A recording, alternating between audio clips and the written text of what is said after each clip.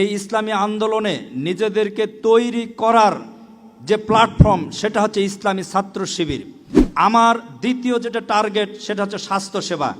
এই স্বাস্থ্যসেবা এমনভাবে এখানে গড়ে তোলা হবে, নওগাঁর কোনো মানুষকে চিকিৎসার সেবা নিতে ইনশাল্লাহ বগুড়া রাজশাহী যেতে হবে না। প্রিয় আমার দিনী ভাইরা, আসসালামু আলাইকুম রহমতুল্লাহ।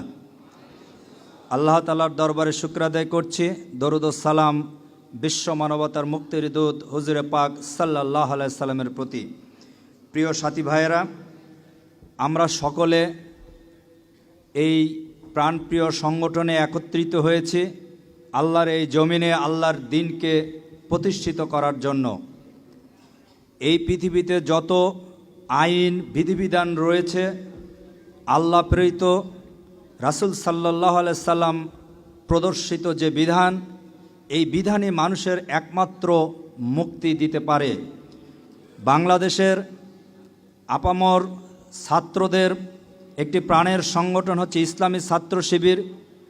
পথহারা দিশাহারা ছাত্রদেরকে সঠিক পথে নিয়ে আসার জন্য ইসলামী ছাত্র শিবির বাংলাদেশে একটি গুরুত্বপূর্ণ ভূমিকা পালন করছে। প্রিয় সাথী ভাইরা, আমরা ইসলামী ছাত্র শিবিরের সাথী হয়েছি। আমাদের লক্ষ্য উদ্দেশ্য আমাদের সব সময় মনে রাখতে হবে। আমাদের লক্ষ্য এবং উদ্দেশ্য হচ্ছে আমরা সকলে মিলে আল্লাহর এই জমিনে আল্লাহর দ্বীনকে প্রতিষ্ঠিত করার জন্যই আমরা শপথভুক্ত হয়েছি। প্রিয় ভাইরা, এই দ্বীন প্রতিষ্ঠা করতে হলে আমাদের যেমনিভাবে কোরআন এবং হাদিসের জ্ঞানে সমৃদ্ধ হতে হবে। আমরা কোরআন এবং হাদিসের জ্ঞান যদি সমৃদ্ধ হতে না পারি তাহলে আমাদের ঈমান মজবুত হবে না।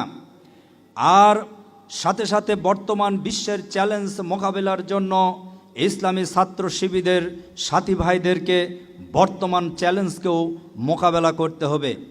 বর্তমান চ্যালেঞ্জ হচ্ছে তথ্য প্রযুক্তি, আমাদের শিক্ষা, মেধা এবং পৃথিবীতে আমাদের যে বর্তমানে যে প্রযুক্তিগত যে বুদ্ধিভিত্তিক যুদ্ধ চলছে, এখানেও ছাত্র শিবিরের ভূমিকা রাখতে হবে।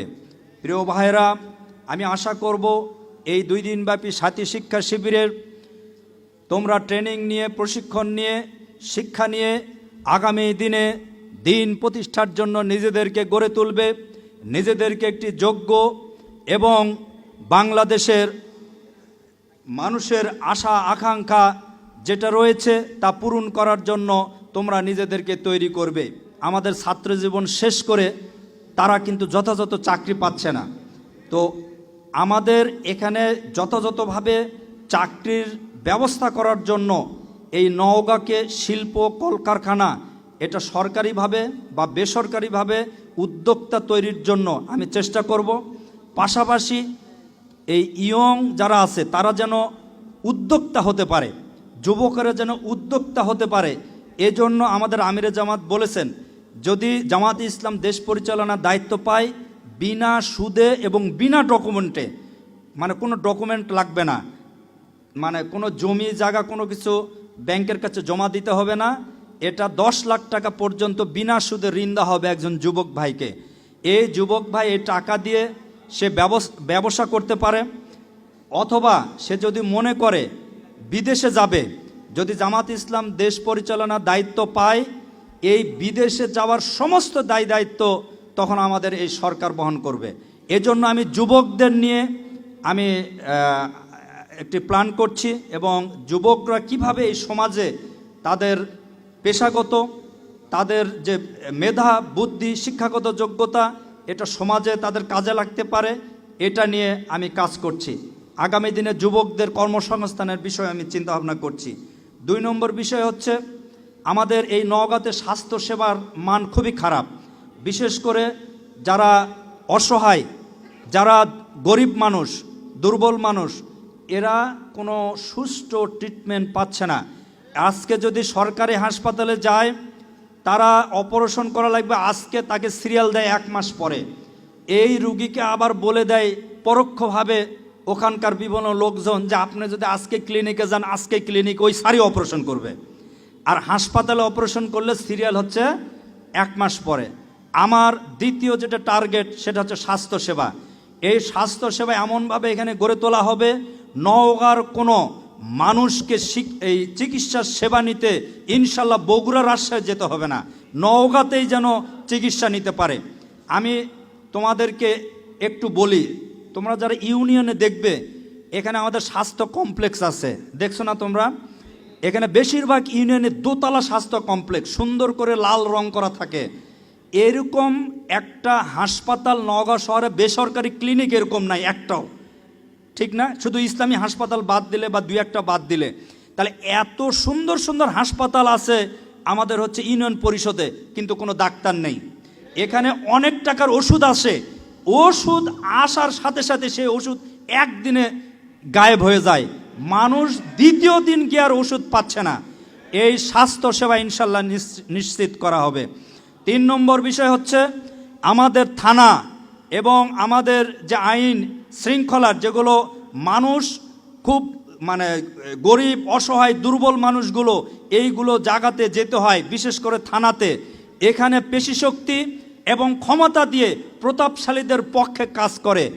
এই থানাকে এমনভাবে গড়ে তুলতে হবে যেন গরিব অসহায় দুর্বল মানুষের একমাত্র আশ্রয়স্থল হবে থানা। এখানে কোনো ক্ষমতাধর পেশিশক্তিদের কোনো কাজ চলবে না। এরপরে যেটা আমি করতে চাই, এবং রাষ্ট্রভাবে এটা দরকার, একদম সরাসরি আমি হয়তো পারবো না, কিন্তু করতে হবে। এটা জামাতে ইসলাম বা যদি জামাতে ইসলাম যদি দেশ পরিচালনার দায়িত্ব পায় তাহলে এটা সহজ হবে। আমি কোর্ট অঙ্গনে থাকি, তোমরা হয়তো অনেকেও কোর্টে যাওনি বা কোর্ট বিষয়ে খুব একটা ধারণা নাই, কিন্তু যাদের 2-1টা মামলাও আছে তারা কিন্তু বোঝে যে কোর্ট কি জিনিস। এখানে একবার ঢুকলে আর জীবনে মারা গেলে আর কেউ ঢুকতে মানে মারা যাবে তাও ওখান থেকে বের হতে পারে না। মানে কোর্টে ঢোকা সহজ কিন্তু বের হওয়া, আগেকার আমরা জানতাম যে মাফিয়া চক্রতে ঢোকা যায় কিন্তু বের হওয়া যায় না।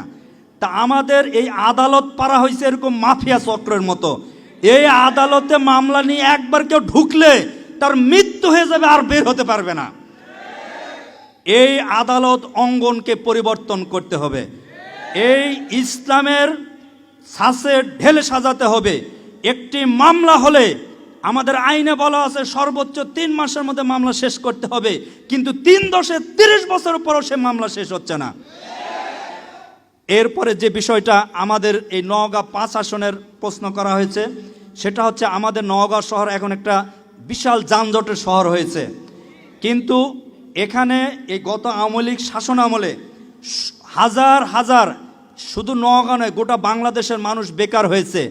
এই যুবকেরা শিক্ষিত, এমনকি মাস্টার্স পাস ছাত্ররা নওগাঁতে আজকে রিক্সা এবং টমটম চালায়। এদেরকে তো এই রিজিক থেকে বঞ্চিত করা যাবে না, তারা তাদের রিজিকের ব্যবস্থা করেছে, কিন্তু আজ করব কাল করব বলে আমাদের এই নওগাঁকে 4 লাইন করা হয়নি। বিভিন্ন ক্ষমতাধর এবং পেশি শক্তিদের ভরে এবং যারা ক্ষমতায় ছিল তারা তাদের সাথে লিয়াজও করে নওগাঁকে কোনো সময় যানজট মুক্ত করার চিন্তা করেনি। আমার বাসা থেকে এখন কোর্টে আসতে লাগে প্রায় 1 ঘন্টা 1.5 ঘন্টা টাইম লাগে। কেউ যদি নওগাঁ শহরে ঢোকে, আমি নিজে 2-3টা যদি বাজার করা লাগে তাহলে মনে হচ্ছে 1-1.5 ঘন্টা কমে হয় না। তোমার যদি একটা জিনিস কিনো এই তাজের মোড়ে, আর আরেকটা যদি কিনতে হয় গোস্তহাটির মোড়ে, যাইতে আসতে 1 ঘন্টা লাগবে, কথা ঠিক না? যারা এখানে থাকে, এই ব্যবস্থা এখানে 4 লাইন করা হবে এবং যানজট মুক্ত করা হবে। এবং যে সকল ভাই রিক্সা চালাচ্ছে, এই যে টমটম চালাচ্ছে, সরকার আধা ঘন্টা 20 মিনিটের জন্য তাদেরকে কোনো ট্রেনিং দেয়নি, মানে এদেরকে কোনো মানুষই মনে করে না। এই টমটম রিক্সাওয়ালা যারা চালাচ্ছে, এই ট্রেনিং না থাকার কারণে অনেক অ্যাক্সিডেন্ট হচ্ছে। তারা পেটের দায়ে রিক্সা চালায়, টমটম চালায়, তাদেরকে বিনা খরচে ট্রেনিংয়ের ব্যবস্থা করা হবে, যেন তারা এই রিক্সা চালাচ্ছে টমটম চালাচ্ছে সেটা যেন আইন অনুযায়ী নিয়ম অনুযায়ী তারা চালায়। আমাদের প্রত্যেককে এই ইসলামী আন্দোলনে নিজেদেরকে তৈরি করার যে প্ল্যাটফর্ম, সেটা হচ্ছে ইসলামী ছাত্র শিবির। আমি তোমাদেরকে তাই অনুরোধ করব, ইসলামী ছাত্র শিবিরে আল্লাহর রহমতে, আল্লাহর অশেষ কৃপায় আমরা এই ছাত্র শিবিরে ছায়াতলে আসতে পেরেছি। কিন্তু এই সময়টা হেলায় ফেলায় নষ্ট করে আমরা যদি মনে করি পরবর্তীতে আমরা অনেক কিছু করব।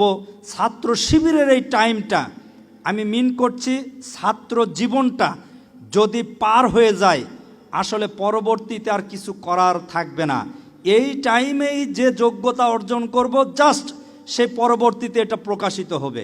এই পরবর্তীতে গিয়ে আমাদের কোনো কিছু করার থাকে না, অনেকেরই করার থাকে না। এজন্য আমি আশা করব যে তোমরা যথাযথভাবে এই ছাত্র শিবিরের এই সময়টাকে কাজে লাগাবে।